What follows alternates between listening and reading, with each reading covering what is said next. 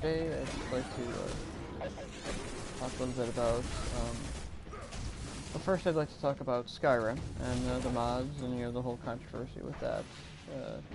I am a huge fan of the Elder Scrolls series and the Fallout series, well, the Bethesda Fallout series, which isn't Fallout, technically, what it used to be, the 2.5D. Anyway, I was really disappointed when, earlier this year it was announced that the mods would not be coming to Fallout and Skyrim for the PS4 due to Sony's insistence of, quality control or whatever.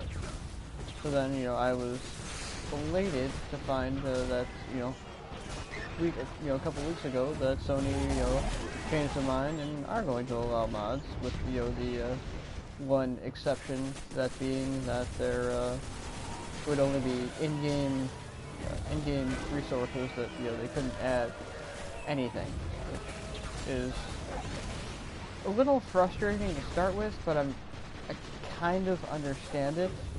I mean, I can see where Sony's coming from, because, by limiting it to in-game resources, they can limit the content, which, sucks for us, but again, it makes sense, because that way nobody's not, number one, it's a copyright issue, because then, people can add their own stuff. Then that's not to say that, there's definitely going to be copyright issues. I mean, I've seen, Rick and Morty mods, Adventure Time mods, so, that's definitely, I can assume, part of the concern.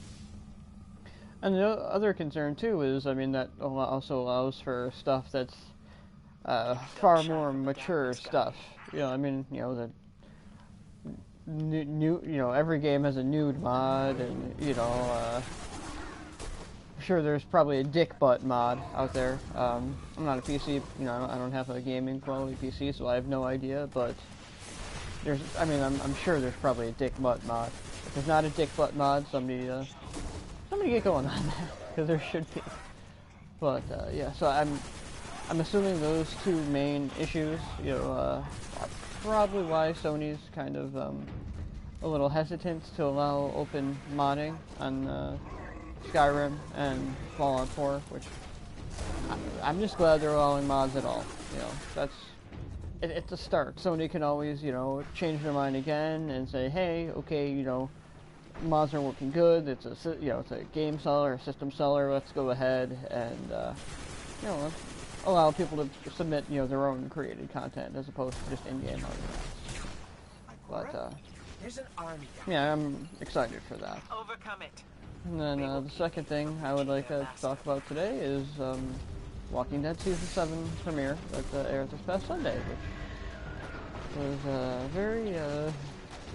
very heartbreaking, for fans of the show. At this point, forward, there's going to be spoilers for The Walking Dead Season 7, so if you haven't seen Season 7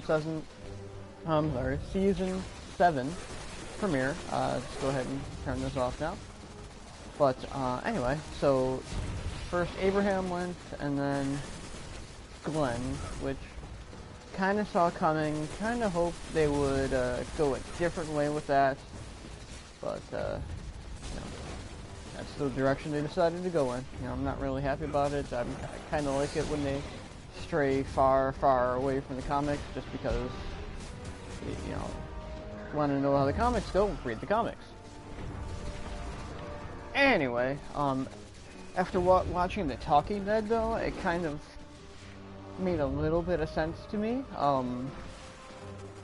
From everything I, heard and that was said and wasn't said, I kind of have a feeling that Glenn's actor, Stephen Yeun,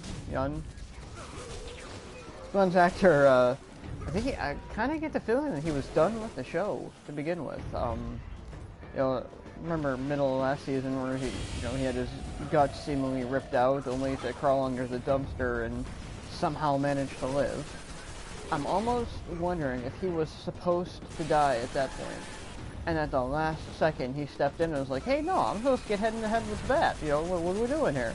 and then that's why, you know, they saved him, because from the conversation between what's his face, Robert Kirkman, and I want to say Scott Gimple at the Talking Dead, they kind of go into the story with a couple different scenarios that could take place, and then they wind up going through with whatever one gets the most votes, or what. You know, I'm not really sure what their writing process is like, but it seems like at these, you know, certain points in the story, they have like several different paths they can go down. And I'm thinking that Glenn being under the dumpster was one of them. You know, I think at one point they did have Glenn dying there, but somebody stepped in, whether it was, you know, Stephen Young or a producer, and said, hey, no, you know, he's supposed to die, you know, die at the hands of Negan. Let's save it for dying at the hands of Negan.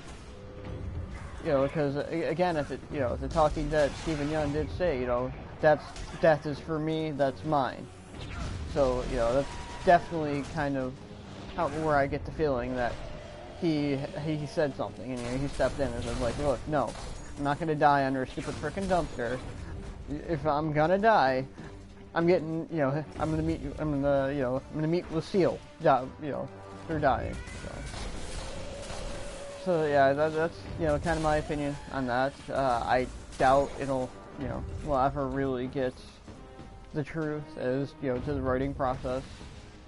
Who knows? Maybe we will. You know, it'd be kind of interesting if we do. But you know, that is my opinion. And that's really all I got today. So that's it for now, and until next time.